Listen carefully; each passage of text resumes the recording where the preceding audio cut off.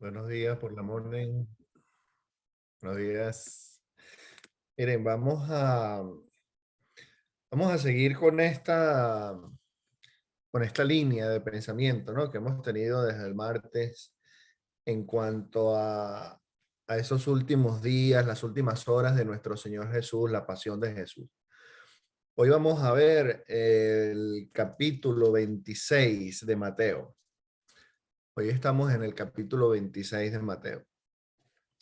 Resulta que nuestro Señor Jesús eh, sufrió también de parte de sus apóstoles cuando lo abandonan, cuando se van. Él sabía, él sabía que eso iba a pasar, él ya lo había dicho antes, igual que sabía que iba a morir. También lo había anunciado desde mucho antes, ¿verdad? Pero de todas maneras, en su condición de hombre, está esa parte del abandono, de que lo dejaron solo y, y los amigos de él, como dice el Salmo también, mi amigo, al quien yo confiaba, me traicionó, el que mojaba el pan conmigo me traicionó. Hablando también entonces de Judas, ¿verdad? Como vimos ayer también. Entonces, el martes. Desde el capítulo 16, en el versículo 21, dice, desde entonces comenzó Jesús a advertir a sus discípulos que tenía que ir a Jerusalén y sufrir muchas cosas a manos de los ancianos, de los jefes, de los sacerdotes y de los maestros de la ley, y que era necesario que lo mataran y que al tercer día resucitara.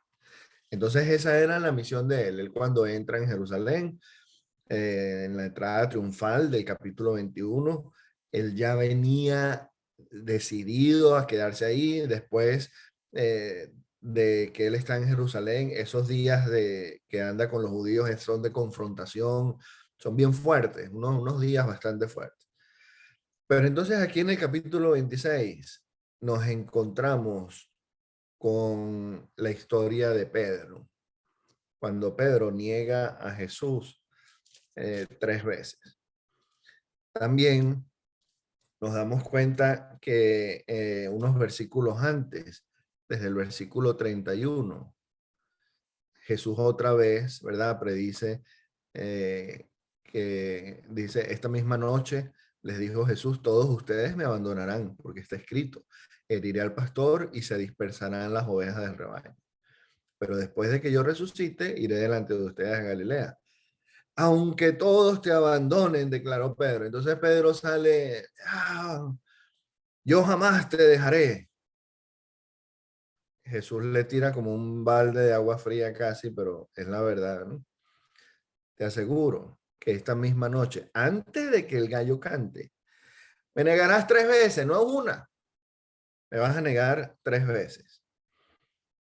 Él trata más o menos de salir también del choque, ¿verdad? Aunque tenga que morir contigo, insistió Pedro, jamás te negaré. Y todos los demás discípulos, sí, yo tampoco, Señor, yo. Vemos entonces unos versículos más adelante lo que pasa. Resulta que esta historia es bien interesante porque muchas veces comparamos a Pedro con Judas, pero yo creo que necesitamos comparar a Pedro con Jesús mismo. En esta parte, desde el versículo 57, cuando Jesús está ahí ante el consejo, en el 47 lo arrestan, pero en el 57 se lo llevan arrestado. Lo llevaron ante Caifás, quien es el sumo sacerdote, había reunido a los maestros de la ley, a los ancianos. Ahí está la crema del judaísmo, los, la autoridad, los eruditos, ahí está la gente más influyente y de más poder. Y Jesús en el versículo 64, él confiesa que él es el Cristo, el Hijo de Dios. Cuando el sumo sacerdote le insistió, él dice esta frase que es como era como una frase que ellos tenían que decir la verdad. La gente cuando se le hablaba así de esta manera, sobre todo en una cuestión judicial como esta, tenían que confesar, tenían que hablar. Te ordeno en el nombre de Dios viviente que nos digas si eres el Cristo, el Hijo de Dios. Y Jesús afirmando le dice, tú lo has dicho, tú lo has dicho. Versículo 69, siempre me recuerda, no sé, ustedes si veían comiquitas los sábados en la mañana se acordarán que cuando pasaban a los superhéroes, siempre decía el que estaba narrando, y mientras tanto, en el otro lado del Salón de la Justicia, y aparecía otro superhéroe por allá, ¿no? En este caso no es superhéroe. Dice el 69, mientras tanto. Entonces, lo que está haciendo Mateo, es que él está haciendo el contraste bien fuerte. Acuérdense que en estos momentos no había esos efectos especiales que tenemos ahorita en las películas. Entonces, los que escribían, sobre todo inspirados por el Espíritu Santo, como lo hizo Mateo, eh, en su texto, en su documento, ellos van poniendo eh, la dramatización, la conexión, palabras que se repiten, que nos hacen enfocarnos y quedarnos en el tema. Y esta es una de esas. Mientras tanto, mientras que Jesús está sufriendo, se están burlando, le están pegando, lo visten con colores reales, le ponen corona, le dan un cetro. Mientras tanto, Pedro estaba sentado afuera en el patio y una criada se le acercó. Entonces, fíjense, lo que pasa aquí es que cada vez que lo tratan de asociar con Jesús, la manera en que Pedro niega es más fuerte, es más fría, más fea. Dice primero esta mujer, tú también estabas con Jesús de Galilea. Pero él lo negó delante de todos diciendo, no sé qué estás hablando. Salió a la puerta. No sabemos exactamente por qué se fue a la puerta. ¿Será que estaba listo para pirarse? Dice el de allá de Katia, ¿no? Ya se iba a ir. O por qué se va para la puerta. Pero entonces otra criada lo vio y le dice ahora a los demás. Epa, este estaba con Jesús de Nazaret. Él volvió a negar y ahora ¿qué hace? Jurándoles. A ese hombre ni lo conozco. Miren qué frase tan horrible. Miren qué feo. Oye, a ese tipo es como si dijera, oye, Jesús pasó 3 años con él, amándolo, cuidándolo, alimentando. Pedro está viendo cantidades de cosas que hizo el Señor. Y cuando llega el momento de la verdad en este caso, entonces dice a ese hombre, a ese tipo yo no lo conozco. Y entonces empieza a jurar. Quiere decir, la negación de Jesús, de Pedro, va escalando, va subiendo. Poco después se acercaron a Pedro los que estaban allí y le dijeron, seguro, mira, yo sé que tú eres. O sea, estas son palabras bien tajantes. Seguro que eres uno de ellos. Se nota por tu acento. Miren lo que hace Pedro. Comenzó a echarse maldiciones y le juró. Entonces, aparte del juramento, que muchas veces también tenía ese sentido de maldecirse, ¿verdad? O maldecir. Eh, Jura y se maldice. Bien feo, él mismo. Y repite otra vez la misma frase, a ese hombre ni lo conozco. En ese instante, este es otro punto dramático. Porque apenas está diciendo Pedro eso, la tercera vez, Mateo pone ahí, en ese instante cantó el gallo, se está cumpliendo lo que dijo nuestro Señor. Me encantó el versículo que puso Beto al principio, porque yo lo tengo anotado aquí también. Mateo 10, 32 y 33. Cualquiera que me reconozca delante de los demás, yo también lo reconoceré delante de mi Padre que está en el cielo. Pero cualquiera que me desconozca delante de los demás, yo también le desconoceré delante de mi Padre que está en el cielo. Y es que Pedro no estaba ahí acaso. Él no estaba escuchando eso.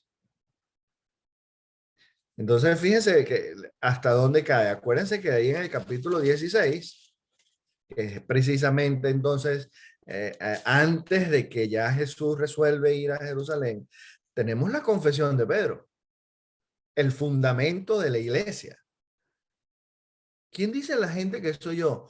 Tú eres el Cristo. Tú eres el Cristo, el Hijo del Dios viviente. Mateo 16, 16.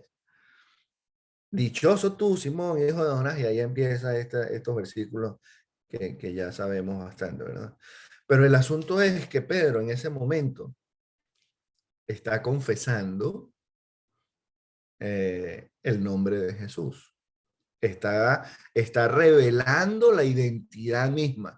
Es casi como que a Jesús lo escucha, le dice, no, tú eres el Cristo. Ah, bueno, ok. Entonces, de ahora en adelante ya yo voy a Jerusalén, ya saben, ya escucharon, yo voy a terminar mi misión. Y ahí es cuando entonces va a la ciudad. Pero entonces, ¿qué pasó con esto? Una negación repetida en el mismo rato, después de haber dicho frases como esas, ¿no? Señor, tú sí eres el Hijo de Dios. Después de haber dicho, mira, aunque todos te abandonen, yo voy. Yo hasta muero por ti. Y después lo encontramos entonces eh, negando, rechazando todo lo que había escuchado. Resulta que Mateo, de ahí en adelante, no lo menciona por nombre más a Pedro. Entonces él queda así, según Mateo, es como que se hubiera pasado entonces ya a otra parte, ¿no? Relegado por allá. Sabemos por los otros evangelistas, ¿verdad? Que Jesús, cuando los ve otra vez, ellos están pescando, ellos pasan la noche pescando. Y Jesús le dice, muchachos, no agarraron nada anoche. Y entonces ellos dicen, mira, no, pasamos toda la noche, no agarramos nada. Bueno, echen la red en el lado derecho de la barca. Y esta gente le hizo caso. Ellos todavía no están conscientes que Él es Jesús. Y cuando ellos tiran la red para allá, sacan una cantidad de peces de buen tamaño, dice Juan, ¿verdad? Ciento y pico de peces, pero Jesús no está esperando que ellos traigan esos peces. Él ya les tiene en la orilla un pescado y les tiene pan. Miren, vengan y coman aquí. Y ahí está invitando a Pedro también. ¿Qué fue lo que hizo con Judas en la última cena? Jesús sabía que Judas lo iba a entregar y sin embargo Judas comió también como los demás. Jesús lo invitaba, siempre lo invitaba a la mesa. Entonces, ¿qué hacemos nosotros con esta historia? Exacto, nosotros, dice Beto aquí, bueno, cada vez es peor. Nosotros, el pecado lo que nos hace es que nos va consumiendo. Cuando nosotros entramos en esta situación de pecado, es como que es una arena movediza que nos va tapando hasta que. Entonces necesitamos despertar, ¿verdad? Evitar desde el comienzo, es mejor desde el comienzo para no caer en esta situación. Entonces, ¿por qué Mateo va a escribir esta historia de Pedro? A mí me parece, como lo hace el Espíritu Santo con todos los escritores de los 66 libros. Todos los héroes de la fe se presentan como gente, como hombres débiles que fallaron, que pecaron. Pedro no escapó. A pesar de que en su vida Pedro hizo cosas tremendas, ¿verdad? Ya Dios, ya Jesús le había prometido que él era el que iba a abrir las puertas a la gente para que entrara en el reino de Dios, ¿verdad? Eh, a los judíos en Pentecostés, a los gentiles allá con Cornelio en su casa. Y nosotros somos iguales, hermanos. Lamentablemente nosotros somos fluctuantes y, e infieles. Nosotros necesitamos de la gracia de Dios. Necesitamos cuidarnos. Tenemos que estar pendientes de qué hacemos, con quién nos juntamos, cuánto nos alejamos del Señor. Pero cuando caemos, también tenemos que recordarnos en su misericordia, en su gracia. El que está firme, mire que no caiga. Yo estoy pendiente de querer hacer las cosas de Dios y de repente estamos haciendo otra cosa. Lo que quiero hacer, Romanos 7, no lo hago. Hago lo opuesto. Eso es lo que está pasando con Pedro aquí. Y Pedro recibe el perdón. Yo creo que es Juan el que dice también bien fuerte, ¿no? Que cuando Pedro negó a Jesús, Jesús lo miró directamente. Imagínense ese momento. O sea, fíjense ustedes, por ejemplo, cuando uno hace algo que sabe que no debía, oye, dije esto y no debía haberlo dicho, Señor, perdóname, ofendí a alguien, pequé con alguna cosa. Y de repente me doy cuenta, Señor, perdóname. ¿Cómo sería si estuviéramos viendo al Señor ahí frente a nosotros, que te está viendo a los ojos, cuando tú andas con esas cosas? Eso fue lo que pasó. Dice el versículo 75, la última línea, saliendo de allí, hablando de Pedro, y saliendo de allí, lloró amargamente. Él lloró amargamente. Entonces, Pedro en sus momentos más fuertes espiritualmente, dijo cosas que la gente no, de la época sobre todo, no entendía. Tú eres el Cristo, tú eres el Hijo del Dios viviente. Señor, yo sigo hasta el fin. Yo muero por ti si es necesario. Aunque todos ellos te dejen, yo no te voy a dejar. Pero al rato lo está negando. Entonces, miren, vamos a cuidarnos nosotros porque sí tenemos esa naturaleza pecaminosa, ¿verdad? Nosotros somos propensos al pecado. Tenemos que cuidarnos los unos a los otros. Tenemos que estar cerca del Señor. No podemos estar siguiéndolo de lejos, del otro lado de la cerca. Tenemos que estar adentro con Él, en el redil, buscando del Señor. Pero también, no solamente cuando pecan los demás, porque algunas veces somos más misericordiosos y más blanditos con otros que con nosotros mismos. Mira, cuando tú pecas, Dios te perdona. Vuelve arrepentido, búscalo a Él. No trates de arreglar las cosas por ti mismo tampoco, porque esa es otra que no nos da tiempo, pero lo de Judas es una historia muy interesante también. Judas hizo las cosas que nosotros predicamos en letra, en el bosquejo, como que lo que es el arrepentimiento. Y sabemos cómo terminó Judas. Entonces, cuando Pedro se da cuenta, él va y llora amargamente y a la final él sale en el otro lado, él persevera hasta el momento en que es lleno del Espíritu Santo, predica a las multitudes, convierte a un gentío y sigue como uno de los líderes de la iglesia hasta que muere. Entonces vamos a tener misericordia de los demás, pero ten misericordia de ti mismo, no te trates tan feo tú mismo cuando pecas, cuando te das cuenta. Este es un buen ejemplo de la misericordia de Dios y cómo nos recibe Jesús, aunque caigamos muchas veces bien feo, de manera que nos da vergüenza hablar en público también. Vamos a orar. Padre, te damos muchas gracias por este tipo de historias que nos recuerdan que estos hombres a quienes nosotros respetamos y admiramos también caían, también pecaban, te ofendían, te entristecían por sus pecados. Y nos ayuda a leer porque nosotros nos vemos en este espejo. Primero que todo, te pedimos perdón por nuestras ofensas. Y te pedimos también que nos ayudes a tener esa fe que nos dice, que nos asegura que estamos bien delante de ti.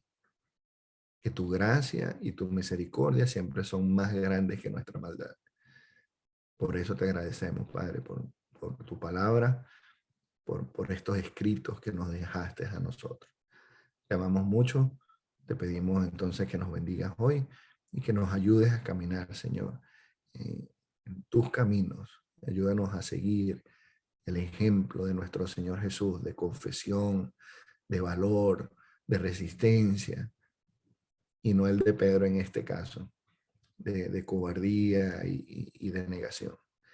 Te pedimos entonces la bendición y te damos las gracias a través de tu Hijo, nuestro Rey, nuestro Señor Jesús. Amén.